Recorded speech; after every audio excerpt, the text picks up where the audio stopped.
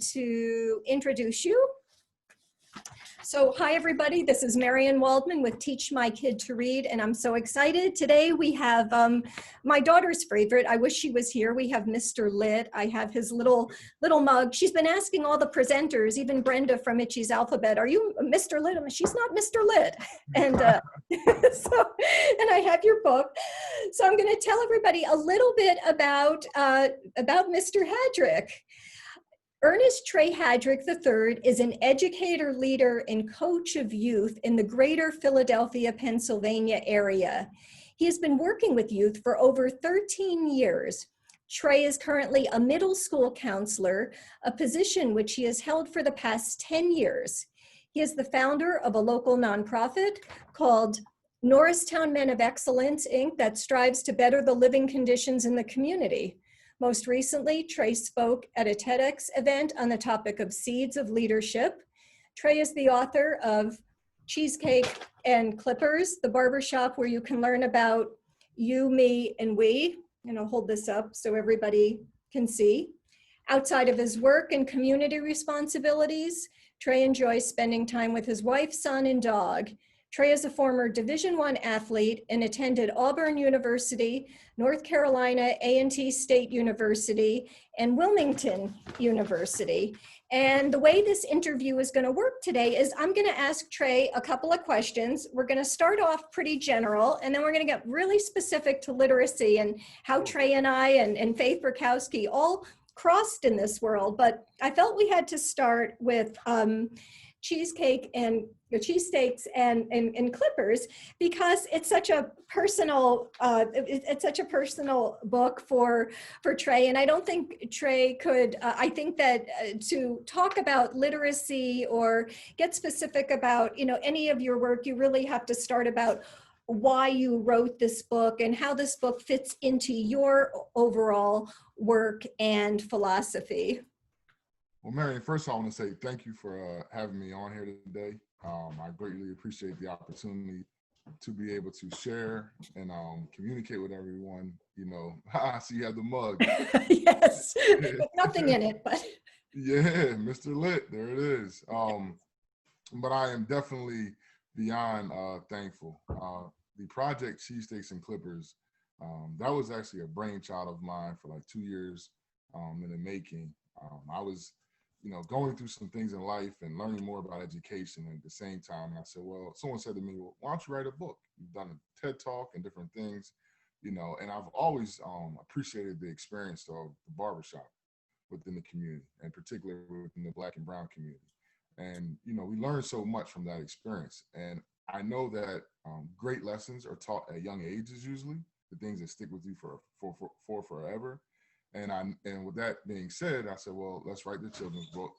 Let's, continue to build literacy for young kids. And I knew that was important. So that's what Cheesesteaks and Clippers came about.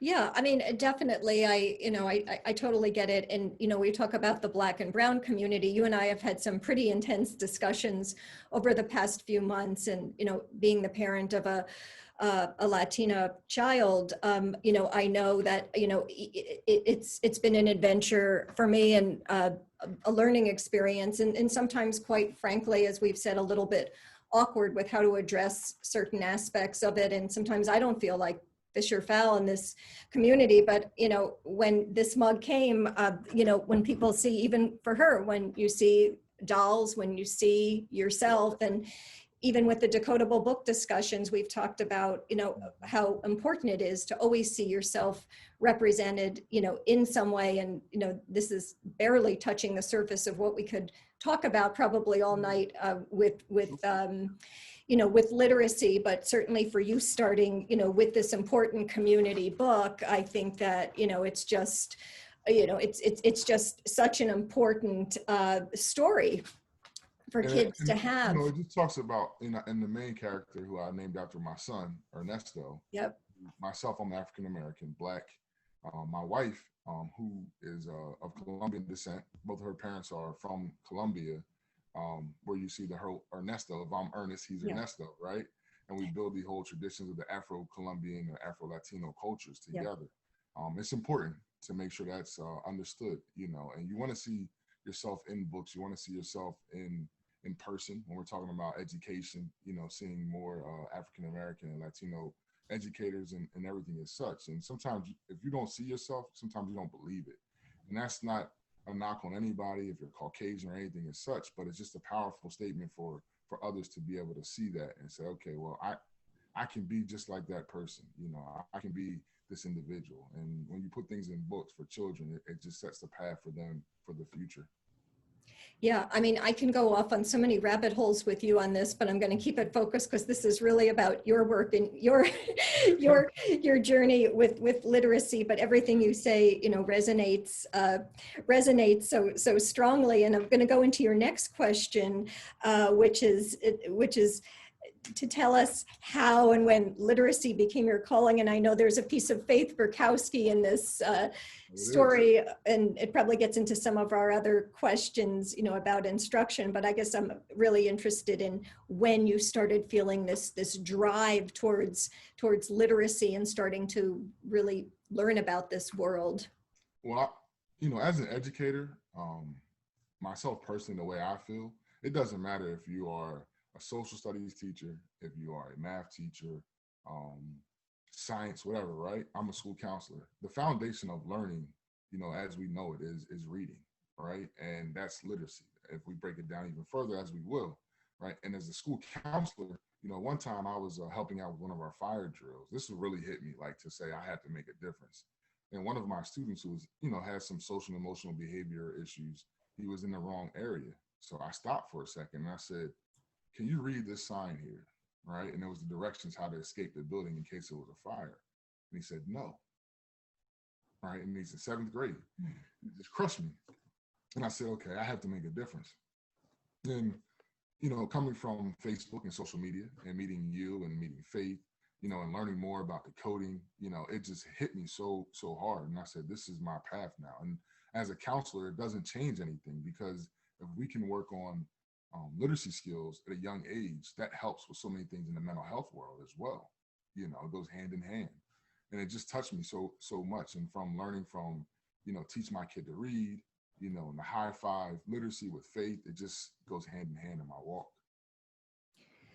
Yeah, you know, it's interesting today because I sent an email out to just one of the groups that I communicate regularly with, and what's been hitting me lately, especially with all these presentation, is these, and I'm always bad at pronouncing words, but it's the word trajectory. And for some reason, everybody keeps using it in their presentation, so I have to pronounce it slow so I don't stumble over the word. Oh yeah, you can change the trajectory of a child's life if you can teach them how to read, you know, and stuff that I've learned from you all already, you know, like 44 before 26. It's the 44 sounds before the 26 letters, you know, and if we're not teaching that sometimes challenges me to understand how we're presenting literacy in schools.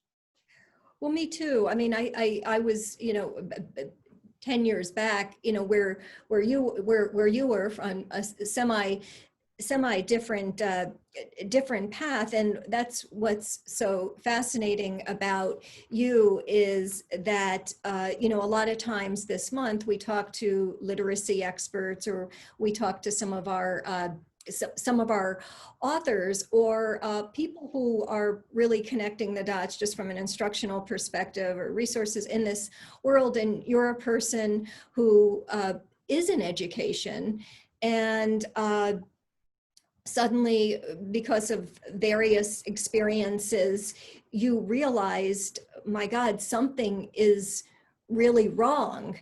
And you started learning about approaches to just direct instruction, the missing piece that seems so simple, although there's certainly you know, a long path until it, you know, to really get that whole you know, get the pillars of literacy and to be able to put the science of reading together. But you are on that path, and you've been getting it in learning and seeing how it affects, you know, your family, your community. And you've done something a little bit unique. You've created an animation, and you're trying to figure out some creative way to reach your community and create product or create ways for people to for kids to start to get excited about it, and maybe if they're struggling to read, to not feel badly, and to learn about solutions that you can consider for your school community or just your community at large, which is, you know, some of the discussions we've had about models, whether it's through the libraries or early childhood programs of training librarians or volunteers or people who could then go ahead and train caregivers and parents and start to find some solutions early before the trajectory starts, and then Yes. Yes. deal with the trajectory. But, you know, elaborate on how you came up with Mr. Lit. So Mr. Lit was actually And I'll hold him up. okay on the mug. Yeah. Yeah. It was twofold, you know. One, it was a unique way to catch the attention of youth, you know, when it comes to literacy and reading.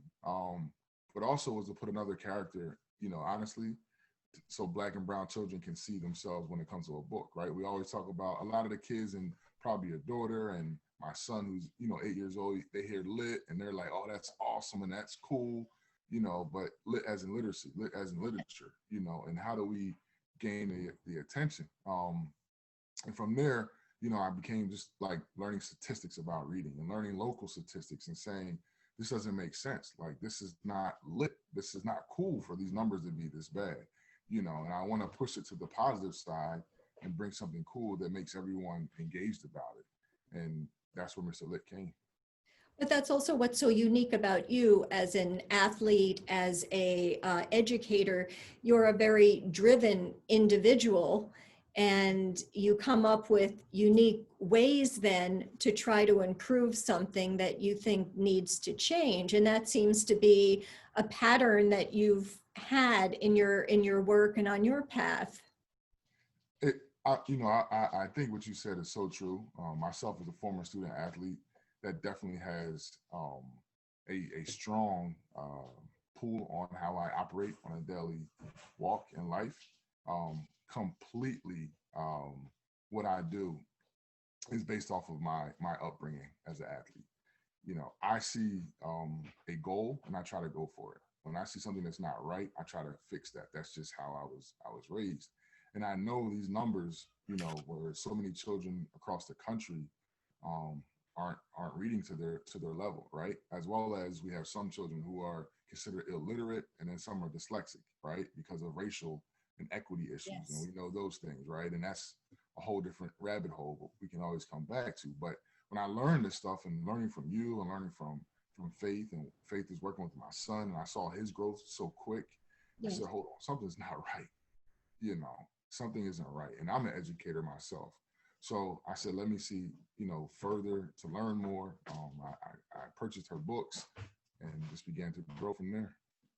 Well, I remember one of our early discussions, and I was telling, somehow you had heard about my daughter and how she struggled, and then either, I can't remember, either before fifth or sixth grade when she went to camp for 6 weeks and went up 3 grade levels in decoding. And you said something to me that I used to think about, which was, I want that magic. I want to see that happen too. And I think, you know, that's what we both at one point in our journeys, you know, really realized is, wait a minute, what is suddenly causing this light bulb to go off, that kids are starting to make, they're starting to crack the code, and they've been stagnant for all these years, and they're not pronouncing the sounds and words or recognizing the sound letter connection, and whoa, suddenly it's working, and we know the secret. And Oh man, it was just enlightening. I mean, to understand that, you know, we say sight words, and sometimes I used to say survival words, but when I realized it's not what it should be, right? Because we don't want to memorize. We want to make sure children can read through a word. And when I learned that, it was just like, bingo, I get it, you know. So because the technique where you can change the first letter in a word, right? And a kid yes, should still be able to read through it. If a kid can't, then it shows you the child cannot read. that was so powerful to me, you know, like just changing one letter, you know, oh, it was just amazing. When I learned that, I said, okay, this is something that we have to touch, you know, have to attack. And how can I help? And what can I do? Because I know kids in my community struggle and they need the support. Yeah, I mean, it's really just, you know, it is just such an eye opener when you learn about this world, whether you're experiencing it as an educator, as a parent, or both, or you know, some related related experience, and you just want to help. You want to help the kids, and I mean, I go through this sometimes with the libraries when they start understanding how.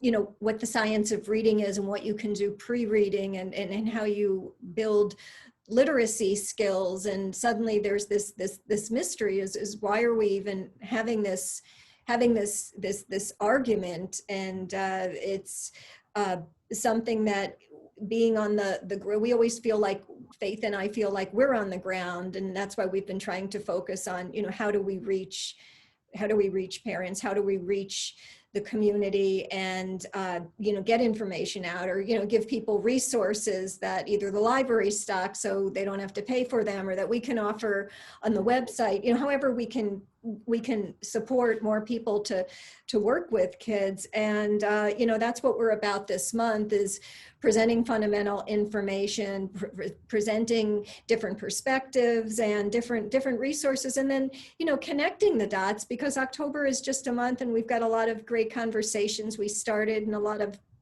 resources, but it's, you know, it's the you know, the proof is in the pudding, and in moving forward, and what can we implement, and whether it's in the schools or communities. And that's the last question I really want to get your opinion then is, you know, what do you think we can do in the communities to help more children learn to read, the young children, before they start to struggle, and what do we do about the older kids that already are behind?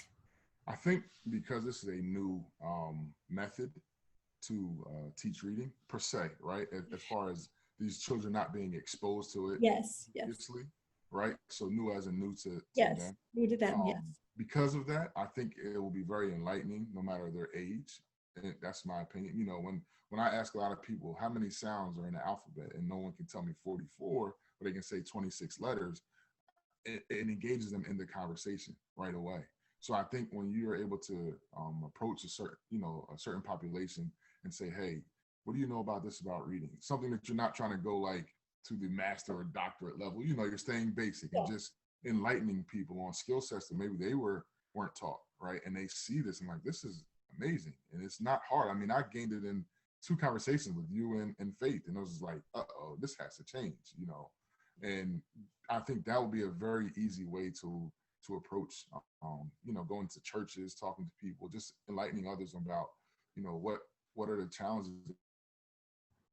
Yeah, I think you froze a bit, Trey. I'm going to try to check on Facebook to see what's going on, but I think your internet might have frozen a bit. I'm going to give it another minute. Oh, are you back? I'm back. We lost you for a second. We lost you for a second there.